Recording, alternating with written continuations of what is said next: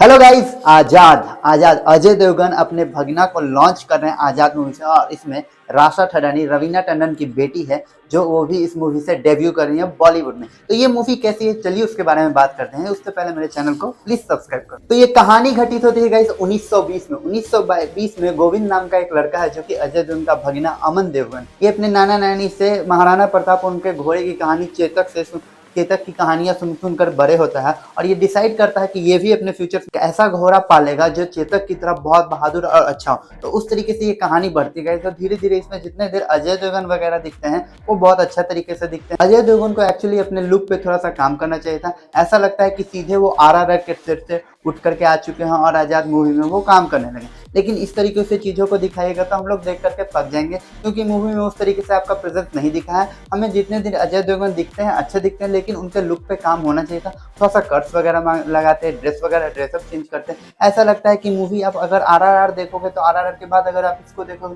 तो लगेगा कि आप डायरेक्ट अजय देवगन को वहां से लेकर के आप यहाँ कर चुके हो और ये मूवी उसी तरीके से आगे बढ़ी। तो ऐसा नहीं है कि चीजों को आप अच्छे तरीके से पेश करना नहीं जानते हो, तो आपको अच्छे से मूवी को पेश करना चाहिए था। और अगर मैं बात करूँ रवीना टंडन की बेटी राशा थडानी की, तो वो बस एक मूवी में लव इंटरेस्ट बने हुए हैं, क्योंकि उनका मूवी में कुछ करने को कुछ ज्यादा है नहीं, अपने प्रेमिका के बस प्रेम। इस मूवी का एक्चुअली हीरो वो घोड़ा है, जो इसके बारे में ये कहानी पूरी तरीके से गढ़ी गई है। राशा थडानी का कुछ ऐसा हमको दिखा नहीं, लव इंटरेस्ट वगैरह चीजें तो ठीक है, लेकिन वो इस मूवी में 2-3 गानों के साथ है। उसके अलावा कुछ उनका बहुत इंपैक्टफुल चीज नहीं दिखा। वो रईस जाति की बेटी है, जमींदार की बेटी है, तो उस तरीके से उनका रोल ठीक भी है, लेकिन और इस पर काम होना चाहिए। सबके अलावा इस मूवी में पीयूष मिश्रा है, जो कि जमींदार के रोल में और बहुत अच्छे तरीके से उन्होंने अपना काम को किया है। उनके लिए एक्चुअली ये सब चीजें करना कोई बड़ी बात नहीं थी, बड़ा डिफिकल्टी नहीं था। उनका कुछ रोल टफ जैसा नहीं था। जमींदार जैसी छवि बोली वगैरह, तो ये इतने माहिर खिलाड़ी हैं एक्चुअली एक्टिंग के, कि इनके लिए कोई बड़ी डील नहीं थी ये करना। तो इन्होंने अपने रोल को एक्चुअली बहुत बेहतरीन तरीके से किया है। इस मूवी के बात ये है कि इसमें थोड़ा सा कहानी थोड़ा सा और अच्छा इंप्रूव होता